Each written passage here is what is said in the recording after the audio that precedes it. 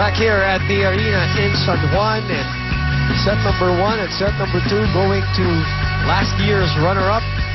De La Salle Lady Spikers trying to snatch that crown away from the defending champions. And boy, coming back 0-5 in set number 2 to take the set in dominating fashion.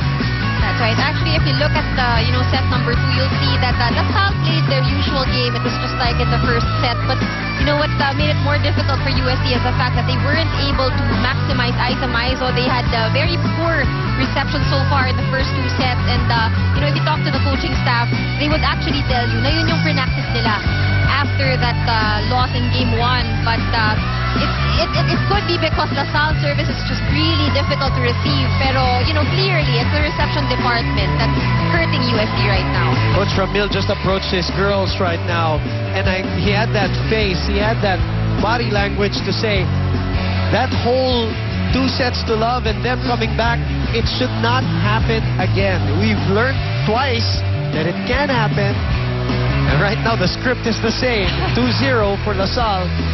But UST now, a test of character. They've been the resilient team all throughout, battling injuries, battling health issues, battling 5-setters. They're still here. Loss of players. They're still here in the finals. And can they do it one more time?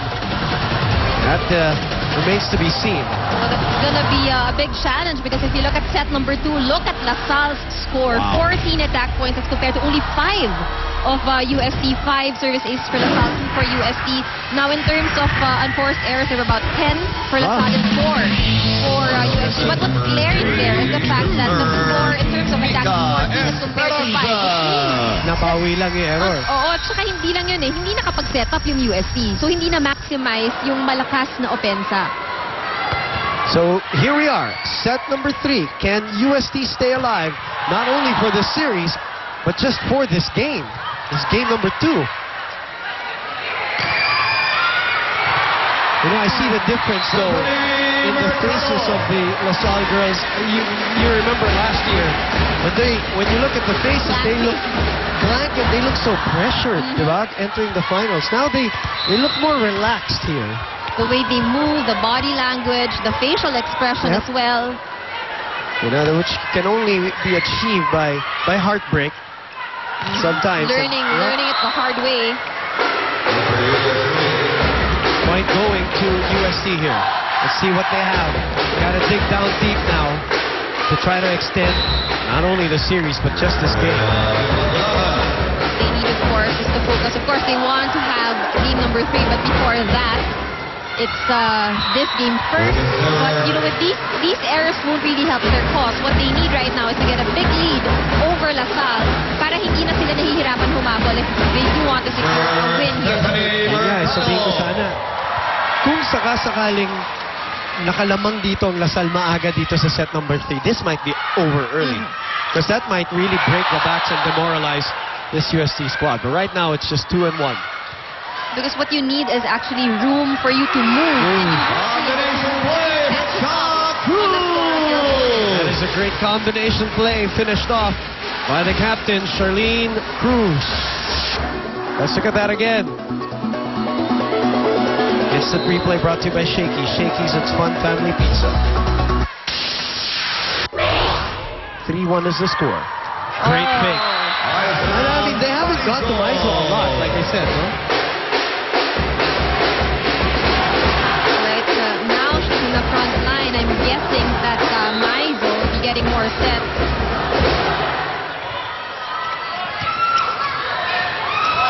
Oh, nobody's there.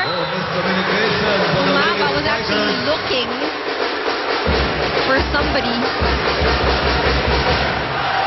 So now UST tying it up 3-all. Jam-packed arena. Over 4,000 last Wednesday. And close to 5,000 today. On a Saturday. Coaching staff says it all. The expression on their faces, the frustration, obviously every point mattering, especially when you're down 2 sets. And the 3rd set is really a very, very critical set for UST right now. Might be their last. Simply put, might be their last. Oh, but there's a net violation. Lucky for UST.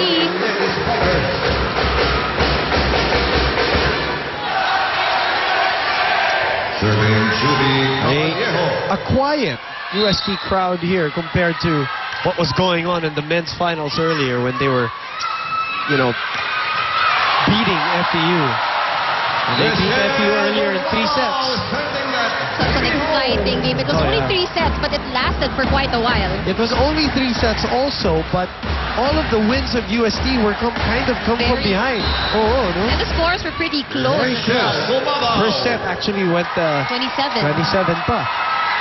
With neither team trying to either team trying to finish off each other as Isa Maizo with a front row kill. We haven't seen much of and heard much from Maizo. And unfortunately, she will go back row to serve. Right now, we have Hirosuke, Banatikla, and Di Makulangan in the front line. And again, that's the second time that Maizo serves wide. Let's check in with Erin Torreon. Work on your reflection, Coach Romel's words that he's been repeating over and over today, as it really is something he wants his girls to take note of and improve, as it really will be advantageous to them when it comes to their attacks. But at the same time, too, these girls were warned that if they do misreceive the ball, they basically just need to take note of UST's defense right away at and with just a set away from the championship. These lady spikers were basically instructed to just play as if it were any other set, just giving it their all, in order not to commit any unforced errors. And if they do commit any errors, Coach Romel just reminded them that it shouldn't let it affect them too much. It should just encourage them to do better. The last words the girls heard coming into the court was that they shouldn't throw this set away. They should just keep their eyes on the prize. Rumanan? Oh, yun yung nakita natin na lumapit na si Coach Ramil dun sa mga babae at sinabi niya, it cannot happen again. He doesn't want another 5-setter from the girls, but of course he doesn't want another set, period. No? That's right. Gusto mo to secure it right away. But of course, it's a different story for UST. Right now, you know, each and every point is just very important, but we're seeing, you know, a few errors coming in, you know, from the service, or hindi maganda yung reception, so hindi sila nakapag-maximize ng opensa. Chance for UST. Oh, underneath the ball and no flick of the wrist. First technical timeout for the sophomore Maruba Natikla, which gives LaSalle a 2-point lead going into the technical timeout.